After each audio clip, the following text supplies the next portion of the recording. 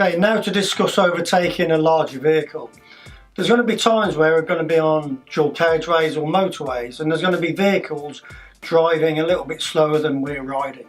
So as we approach, the overtake is very similar to a smaller single vehicle. But this time, rider number 2 will move in and zip together behind rider number 1 so that they're much further away from the downdraft of the vehicle that we're overtaking. The reason being, some of the trucks are doing 70 miles an hour plus, and we could be doing 70, 80 or 90 miles an hour as we're passing, and if it's windy and we've got a downdraft, the last thing you want to be doing is staying next to that larger vehicle. So this is how we do it. Rider number 1 makes the decision. They can see behind, because we're staggered, that it's safe to move out.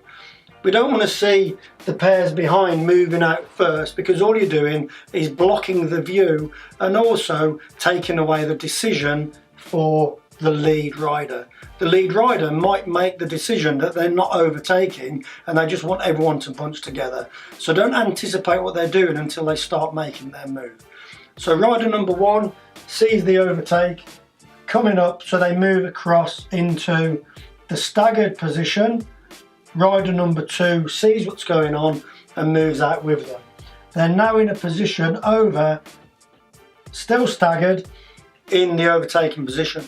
Now what happens is, as we start to get closer and the other pairs have started to move out as well, we'll see that rider number 2 is very close to and will be close behind the truck.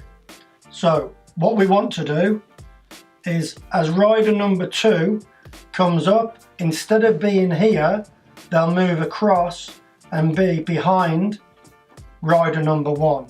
So everyone's moved over and we've got rider number 1 and 2 all the way down looking to make the overtake. That way we're in a nice long line as we do the overtake, and again as we clear and go past, rider number 1 stays in position, rider number 2 moves across back into the staggered position, and if it was safe and they wanted to move across, they'd continue moving from there across back into the right hand side of the near side lane, and then rider number 1 would see this movement and they would do exactly the same, which now means that we're back into the staggered position, back into the near side lane.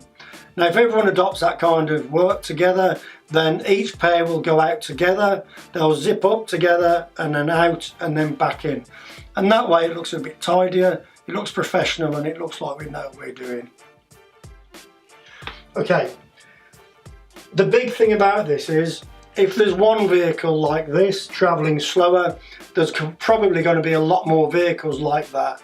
So it's down to the first pair, if you like, the one who's leading, to make the decision whether they're going to move back in or stay out in the overtaking position.